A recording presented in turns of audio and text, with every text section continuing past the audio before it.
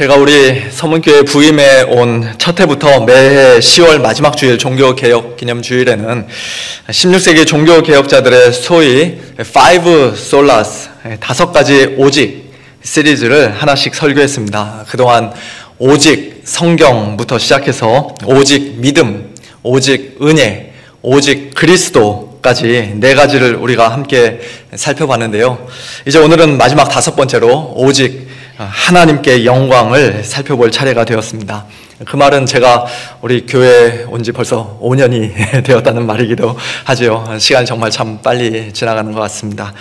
종교개혁자들이 만일 그 5가지 항목에 오직이라는 단어를 굳이 붙이지 않았더라면 그들은 아마 별다른 문제 없이 로마 가톨릭 교회와 원만한 관계를 유지할 수 있었을 것입니다. 왜냐하면 당시 로마 가톨릭 교회도 성경을 하나님의 말씀으로 인정했고 우리가 구원받기 위해 하나님의 은혜가 필요하다고, 또 우리에게 반드시 믿음이 필요하다고 가르쳤으며 또 예수님을 우리의 구원자와 중보자로 믿었기 때문입니다.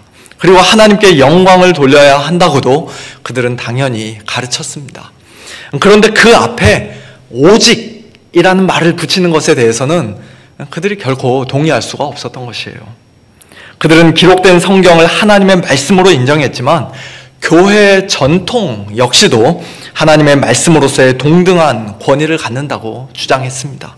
죄인이 구원받기 위해서는 하나님의 은혜가 물론 필요하지만 그 은혜에 협력하는 인간의 공로도 필수적이라 생각했으며 특히 세례, 고해성사, 성찬과 같은 로마 가톨릭 교회의 성례를 통한 공로를 굉장히 중요하게 여겼습니다. 뿐만 아니라 그들은 죄인이 오직 믿음으로 하나님 앞에서 의롭다함을 받는 것이 아니라 선행과 사랑을 통해 믿음이 완성되고 우리가 실제로 의롭게 되어야 구원을 받는다고 가르쳤습니다. 또한 그들은 예수 그리스도를 우리 죄인들의 구원자와 중보자로 믿었지만 성모 마리아나 성인들 또는 교황을 포함한 교회 성직자들에게도 하나님과 사람 사이를 중보할 수 있는 권한이 있다고 주장했습니다. 마지막으로 하나님께 영광을 돌리는 것도 마찬가지인데요. 그들은 우리가 하나님께 영광을 돌려야 한다고 말했지만 실제로는 오직 하나님께만 모든 영광을 올려드린 것이 아니라 그 영광의 일부를 한낱 사람이나 거짓된 우상에게도 돌렸습니다. 이와 같은 차이들 때문에 결국 종교개혁이 일어나게 된 것이에요. 복음의 순수성은 바로 오직이라는 그 한 단어를 끝까지 포기하지 않는 것이라고 종교개혁자들은 분명히 확신했습니다. 그리고 그 종교개혁자들의 신앙적 후손으로서 오늘 저와 여러분을 비롯한 전 세계 개신교인들은 이 5가지 오직이 성경적으로 올바른 교리라고 굳게 믿고 있는 것입니다. 오늘은 그 5가지 오직의 마지막 시간으로서 오직 하나님께 영광을 잠시 살펴보며 우리 성도님들과 함께 은혜를 나누길 원하는데요. 우리가 이미 잘 알고 있듯이 성경에는 오직 하나님께 영광이라는 이 교리를 우리에게 가르쳐 주시는 말씀들이 굉장히 많습니다. 예를 들면 시편 115편 1절 여호와여 영광을 우리에게 돌리지 마옵소서. 우리에게 돌리지 마옵소서. 오직 주는 인자하시고 진실하심으로 주의 이름에만 영광을 돌리소서라는 말씀이나 이사야 42장 8절 나는 여호와이니 이는 내 이름이라. 나는 내 영광을 다른 자에게 내 찬송을 우상에게 주지 아니하리라. 이와 같은 구절들을 통해서도 우리는 오직 하나님께만 영광을 돌려야 한다는 사실을 분명히 배울 수 있습니다. 그런데 그 수많은 구절들 중에서 특별히 로마서 11장 마지막 부분의 말씀을 제가 오늘 본문 말씀으로 정한 이유는 그 구절을 16세기 종교개혁자들이 어떤 면에서는 가장 중요하게 여겼고 또 각별한 사랑과 애정으로 그 말씀을 그들 마음속에 깊이 새겼기 때문입니다. 깊도다 하나님의 지혜와 지식의 풍성함이요 그의 판단은 헤아리지 못할 것이며 그의 길은 찾지 못할 것이로다. 누가 주의 마음을 알았느냐? 누가 그의 모사가 되었느냐? 누가 주께 먼저 드려서 갚으심을 받겠느냐? 이는 만물이 주에게서 나오고 주로 말미암고 주에게로 돌아감이라. 그에게 영광이 세세에 있을지어다. 아멘. 우리 인간들의 제한된 지식과 보잘것없는 지혜로는 결코 다 헤아릴 수 없고 온전히 다 이해할 수 없는 무한하신 하나님, 우리에게 모든 것을 선물로 주시되 독생자까지도 아낌없이 내어주신 가장 은혜로우신 하나님, 그리고 모든 만물의 첫 시작과 근원이요 그것들이 존재할 수 있도록 힘주시고 붙드시는 분이며, 또한 마지막 최종적인 목적과 종착점이 되기도 하시는 주 여호와 하나님께, 오직 하나님께만 종교개혁자들은 사도 바울과 같이 세세 무궁토록 영광을 올려드리기를 원했습니다. 그리고 그것이 바로 오늘 저와 여러분의 동일한 신앙 고백이며 우리 마음의 간절한 소원이 되어야 할 줄로 믿습니다. 오직 하나님께 영광이라고 할 때 영광이라는 단어의 뜻부터 우리가 잠시 먼저 생각해 보기를 원하는데요. 우리 크리스찬들이 늘 자주 사용하고 어려서부터 귀에 못이 박히도록 들은 이 영광이라는 단어의 뜻이 정확히 무엇이냐, 구체적으로 무슨 뜻이냐라고 누군가가 만일 물어본다면 아주 속 시원하게 대답하기가 쉽지 않은 것이 사실입니다. 그렇지 않습니까? 영광, 한자로 하면은 뭐 빛날 영자인가요? 아름다울 영? 꽃뿌리 영인가요? 뭐 아무튼, 그리고 빛나다, 빛광자 해서 아주 아름답게 찬란하게 빛난다, 그런 뜻인데 우리가 그 단어의 뜻을 성경적으로 조금 살펴볼 필요가 있을 것 같습니다. 히브리어로 영광이라는 단어는 원래 카보드라는 단어인데요, 무겁다라는 뜻을 가지고 있는 단어입니다.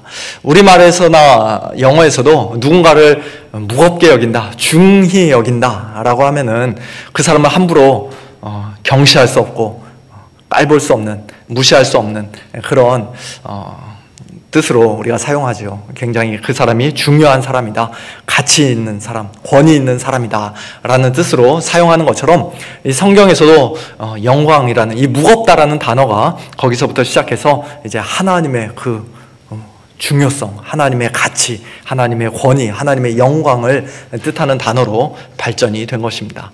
헬라어에서는, 신약 성경에서는 영광이라는 단어가 헬라어로 독사라는 단어입니다.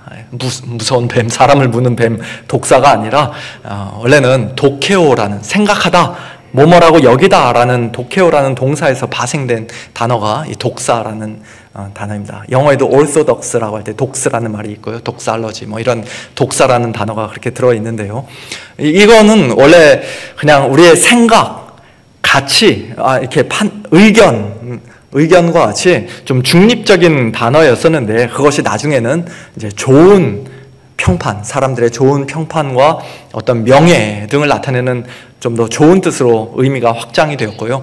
그리고 그것이 이제 성경에서는 좀 더 하나님께 적용이 되면서 하나님의 그 찬란한 영광, 하나님의 위대하심, 어미하심, 우리가 감히 눈으로 볼 수 없고 가까이 다가갈 수 없는 하나님의 그 아름다우심 등을 표현하는 말로 그렇게 의미가 확장이 되었습니다.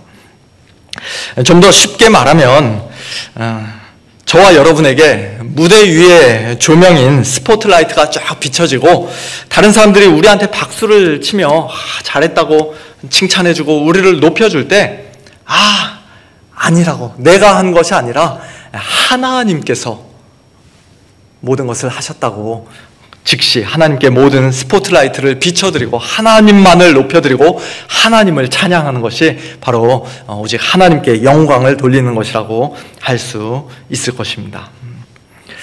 오늘 본문 36절에서 말씀하는 게 정확히 바로 그것입니다. 만물이 주에게서 나오고 주로 말미암고 주에게로 돌아감이라. 창조를 한번 예로 들어보면요, 이 세상 모든 만물이 오랜 시간에 걸쳐 또 우연에 의해 저절로 생겨났다고 말하는 사람들은 하나님께 마땅히 돌아가야 할 영광을 가로채는 것입니다. 성경은 만물이 주에게서 나왔다고, 태초에 하나님이 천지를 창조하셨다고 분명히 말씀합니다.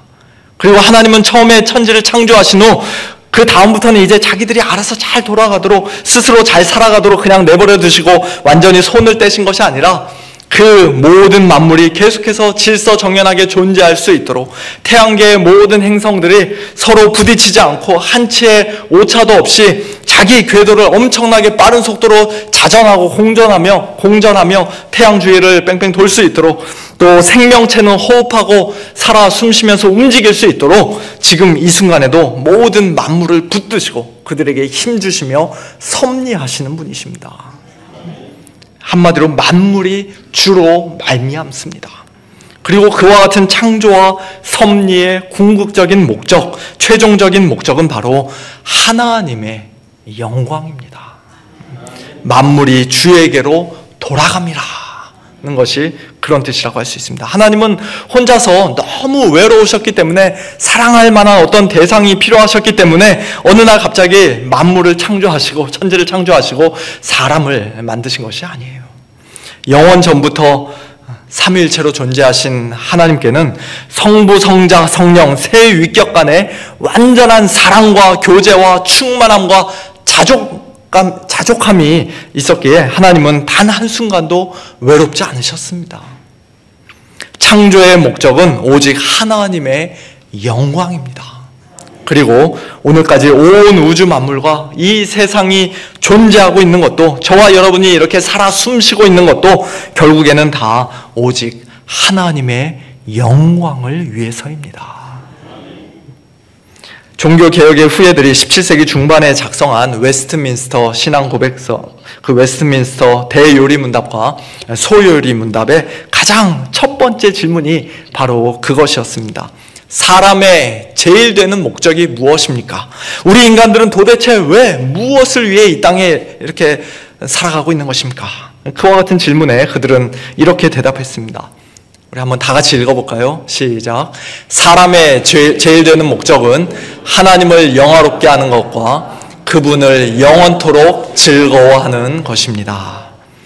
두 가지 목적을 말하는 것 같이 보이지만 사실은 하나이지요. 하나님을 영화롭게 하는 것, 오직 하나님께 영광 올려드리는 것이 우리 인간들이 마지못해서 억지로 해야만 하는 어떤 무거운 짐이나 강압적인 의무가 아니라 그것이 곧 우리에게도 가장 큰 행복이며 영원한 즐거움이기 때문입니다.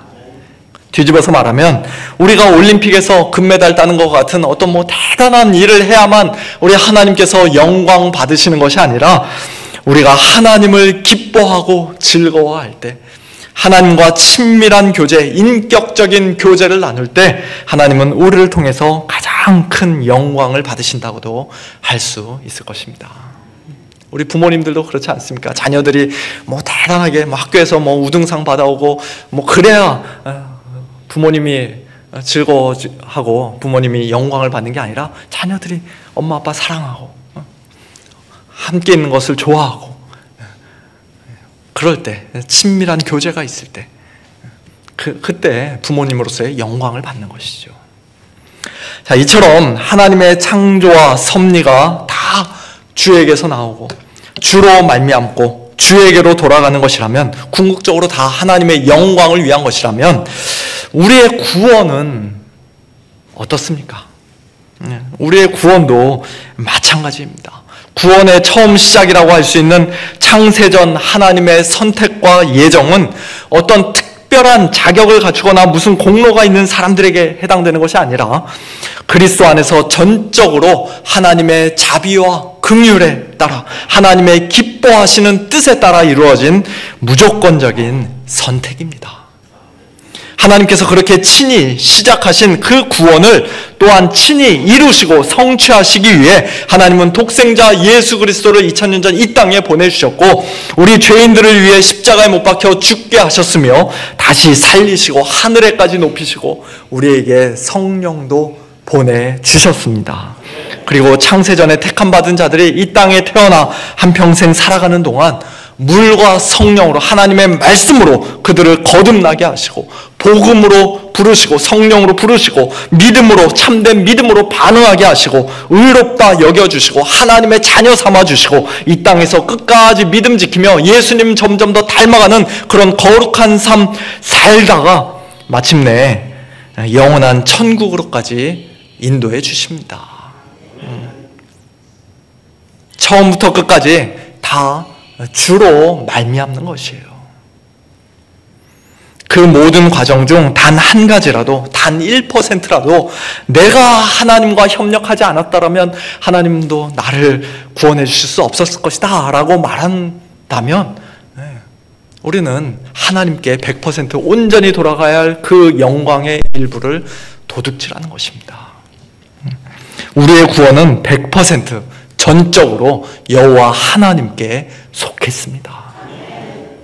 우리의 구원에 있어 그렇게 처음부터 끝까지 모든 것을 다 하나님이 하시는 이유는 결국 만물이 주에게로 돌아가기 위해, 즉 하나님께서 홀로 영광을 받으시기 위해서입니다.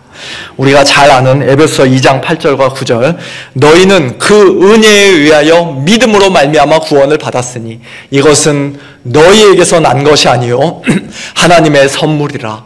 행위에서 난 것이 아니니 이는 누구든지 자랑하지 못하게 함이라는 말씀처럼 우리가 구원받은 것은 심지어 우리의 믿음조차도 다 하나님의 은혜요 선물이라고 성경은 분명히 가르쳐 주십니다. 내가 믿었기 때문에, 내가 뭔가를 잘했기 때문에 구원받은 것이라 착각하지 말라고, 자랑하지 말라고, 오히려 오직 하나님만을 자랑하고 모든 영광을 오직 하나님께만 올려드리라고 하나님은 우리의 구원과 관련하여 모든 것을 다 은혜와 선물로 주신 것이에요. 그렇다면 이처럼 만물이 주에게서 나오고 주로 말미암고 주에게로 돌아간다라고 고백하며 이제는 오직 하나님의 영광을 위하여 살겠노라 다짐하고 결단하는 저와 여러분은 구체적으로 이 땅에서 무엇을 하면서 어떻게 살아야 하는 것일까요? 이제 남은 시간에는 그 질문을 같이 고민해보고 함께 답을 찾아보기를 원하는데요. 그 질문에 대한 답은 사실 오늘 본문 말씀 바로 뒤에 이어지는 로마서 12장 1절과 2절에 아주 잘 요약되어 있습니다. 그러므로 형제들아, 내가 하나님의 모든 자비하심으로 너희를 권하노니 너희 몸을 하나님이 기뻐하시는 거룩한 산 제물로 드리라. 이는 너희가 드릴 영적 예배니라. 너희는 이 세대를 본받지 말고 오직 마음을 새롭게 함으로 변화를 받아 하나님의 선하시고 기뻐하시고 온전하신 뜻이 무엇인지 분별하도록 하라. 시간 관계상 이 말씀을 자세하게 살펴볼 수는 없습니다만 특별히 예배, 영적 예배라는 단어를 중심으로 크게 둘로 나눠서 생각해 보기를 원합니다. 먼저 첫 번째로 우리 성도들은 오늘과 같이 이렇게 함께 모여서 드리는 예배, 즉 공예배를 통해 오직 하나님께 영광을 돌려야 합니다.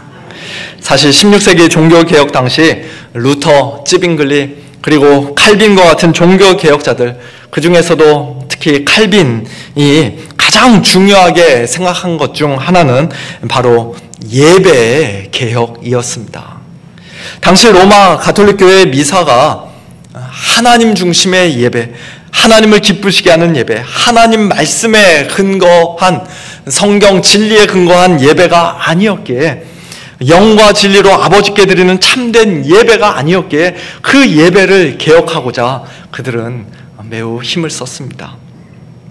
철저히 사람 중심의 자의적 예배, 사람들을 기쁘게 하기 위해 온갖 미신과 비성경적인 전통과 거짓된 성례와 가증스러운 우상 숭배로 가득 차 있던 그 예배를 개혁하기 위해 종교개혁자들은 예배의 중요한 요소인 기도, 찬송, 말씀, 성례 등을 성경적으로 다시 회복하기 위해 노력했고요. 예배를 온전히 회복하는 것이, 개혁하는 것이 하나님께 가장 큰 영광을 올려드리는 것이라고 그들은 분명히 확신했었습니다. 그래서 공예배를 통해 모든 성도가 한마음 한뜻으로 하나님의 주권과 은혜를 크게 높이고 하나님의 거룩하심과 영광을 드러내기를 그들은 간절히 소망했던 것입니다. 저는 오늘 우리 서문교회의 예배도 그와 같은 예배가 되기를 간절히 소망합니다. 처음부터 끝까지 예배의 중심은 우리 자신이 아니라 하나님이셔야 합니다. 예배 순서를 통해 사람이 드러나거나 높아지는 것이 아니라 오직 하나님만 홀로 높아지셔야 합니다. 우리 생각에, 우리 눈에 좋아 보이는 것들을 우리 마음대로 하는 것이 아니라 오직 하나님께서 성경을 통해 분명히 명령하신 것들을 해야 합니다. 그와 같은 온전한 예배가 오직 하나님께 영광을 올려드리는 우리 성도의 삶에서 가장 중요하고 가장 기본적이고 가장 핵심이 된다는 사실을 우리는 결코 잊지 말아야 할 것입니다. 두 번째로 우리는 매주일 다 함께 모여 드리는 공예배를 통해서뿐만 아니라 우리 각자의 일상생활을 통해서도 우리의 모든 일상적인 삶에서도 하나님께 영적 예배를 드리며 우리의 몸을 하나님이 기뻐하시는 거룩한 산 제물로 드림으로써 오직 하나님께 영광을 돌려야 합니다. 이 세상 사람들과 똑같은 모습으로 그저 세속적 가치관과 인생의 목적 가지고 사는 것이 아니라 오직 마음을 새롭게 함으로 변화를 받아 하나님의 선하시고 기뻐하시고 온전하신 뜻이 무엇인지 분별하며 살아야 합니다. 이것은 단지 개인적으로 성경을 읽고 기도하고 금식하고 구제하고 교회 봉사하고 바깥에 나가서 전도하는 것과 같은 그런 소위 신앙생활들, 거룩한 일들에만 국한된 것이 아닙니다. 성경은 우리에게 먹든지 마시든지 무엇을 하든지 다 하나님의 영광을 위하여 하라고 말씀하십니다. 가정에서든 직장에서든 동네 마켓이나 식당에서든 언제 어디서든지 무엇을 하든지 누구를 만나든지 우리가 크리스찬으로서 정직하고 성실하게 품위 있고 사력 있게 말하고 행동한다면 그런 우리를 통해 결국 하나님께서 영광을 받으시는 줄로 믿습니다. 1600년대 후반에 태어나 1700년대 중반까지 주로 활동했던 독일의 음악가 요한 세바스찬 바흐는 평생 동안 약 1000곡을 작곡했는데요. 그중 대부분은 성가곡이었지만 일반적인 기악곡이나 오락을 위한 곡들도 다수 있었다고 합니다. 그런데 그가 작곡한 곡들을 보면 그의 악보 제일 처음 시작 부분에 JJ라고 적혀 있고 제일 끝부분에 SDG라고 적혀 있는 악보들이 상당히 많이 있다고 합니다. 저기 왼쪽에 있는 것이 악보 처음에 JJ라고 적어놓은 것이고요. 제일 오른쪽에 있는 것은 이제 제일 끝부분 악보의 마지막에 SDG라고 흘림체로 적어놨습니다. 그리고 그 아래는 자기 이름인 요한 세바스찬 바흐라고 이렇게 적어놨습니다. JJ와 SDG는 무슨 말의 약자일까요? 둘 다 라틴어인데요. JJ는 예수 유바, 예수님 도와주세요 라는 뜻이고, SDG는 오늘 우리가 중점적으로 살펴보고 있는 솔리 데오 글로리아, 오직 하나님께 영광이라는 말의 약자입니다. 작곡을 시작할 때 예수님의 도우심을 간구하며 시작하고, 작곡을 다 마쳤을 때 이 곡이 오직 하나님의 영광을 위하여 쓰여지기를 원합니다. 그런 마음으로 적었던 그 표기들이 그가 작곡한 성가곡 악보들에만 적혀 있었던 것이 아니라 일반 곡들의 악보에도 동일하게 적혀 있었다고 하는데요. 그것은 바흐의 신앙이 얼마나 참 성숙했는지 우리에게 잘 보여주는 하나의 좋은 예가 되는 것 같습니다. 그는 음악이 단순히 예술적인 표현을 넘어 그의 삶과 신앙에서 하나님을 찬양하고 또 하나님께 영광 올려드리는 수단이라고 분명히 확신했기 때문에 그와 같은 표기들을 자신의 성가곡 악보에 뿐만 아니라 일반 곡들 악보에도 똑같이 붙일 수가 있었던 것이에요. 오늘 저와 여러분 역시도 언제 어디서 누구와 무엇을 하든지 항상 JJ로 시작하고 SDG로 마친다면 그야말로 먹든지 마시든지 무엇을 하든지 다 하나님의 영광을 위한 삶이 될 수 있을 줄로 믿습니다. 생계를 위해서 정말 어쩔 수 없이 마지못해 마치 도살장에 끌려가는 소처럼 아침마다 무거운 발걸음으로 직장에 출근하는 것이 아니라, 또는 집에서 매일같이 밥하고 설거지하고 빨래하고 청소하고 아이들 라이드해주고 마치 다람쥐 쳇바퀴 도는 듯한 이 생활 참 너무 지겹다. 도대체 언제 끝나냐. 그런 마음으로 불평불만하며 사는 것이 아니라 오늘도 하나님의 영광을 위해 살 수 있도록 또다시 새로운 하루를 저에게 허락해 주시니 참 감사합니다. 주님 도와주십시오. 예수님 도와주십시오. 저를 통해서 오직 하나님 홀로 영광 받아 주십시오. 그렇게 기도하면서 항상 기뻐하고 범사에 감사한다면 주위 사람들에게 밝은 빛을 비추고 선을 행한다면 그런 우리를 통해 더 나아가 그들을 통해서도 다른 사람들을 통해서도 하나님께서 큰 영광을 받으실 것입니다. 바울은 나중에 안타깝게도 시력을 잃어버렸다고 하는데요. 시력을 거의 잃은 상태에서도 그는 작곡을 멈추지 않았습니다. 그리고 그의 마지막 악보에도 변함없이 SDG라는 그 약자를 적어 넣었다고 합니다. 정말로 끝까지 하나님의 영광을 위해 살다가 주님 품에 안긴 가장 복된 성도, 성숙한 성도였던 것 같아요. 오늘 저와 여러분 역시도 우리의 예배를 통해 우리의 모든 삶을 통해 오직 하나님께 모든 영광을 올려드려야 합니다만 더 나아가 우리의 이 땅에서의 마지막 순간인 죽음을 통해서도 우리는 하나님께 영광을 돌릴 수 있습니다. 돌려야 합니다.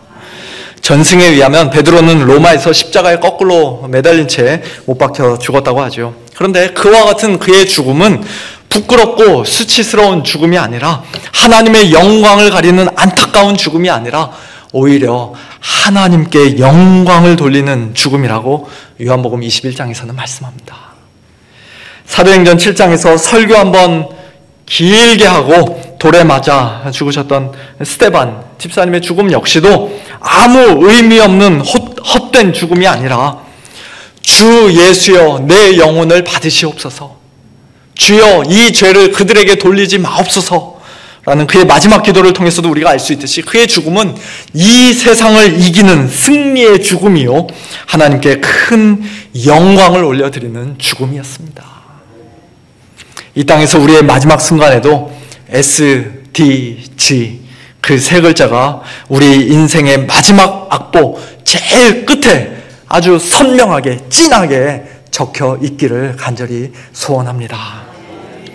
죽기 싫다고 왜 하필이면 나냐고 두려움에 벌벌 떨면서 하나님을 원망하는 자들이 아니라 주 예수여 내 영혼을 받으시옵소서, 아버지 내 영혼을 아버지 손에 부탁하나이다 기도하는 가운데 담대함과 평안함으로 큰 기쁨으로 영광스러운 천국에 입성하고 사랑하는 우리 주님 품에 안기는 그런 복된 자들 될 수 있기를 소원합니다.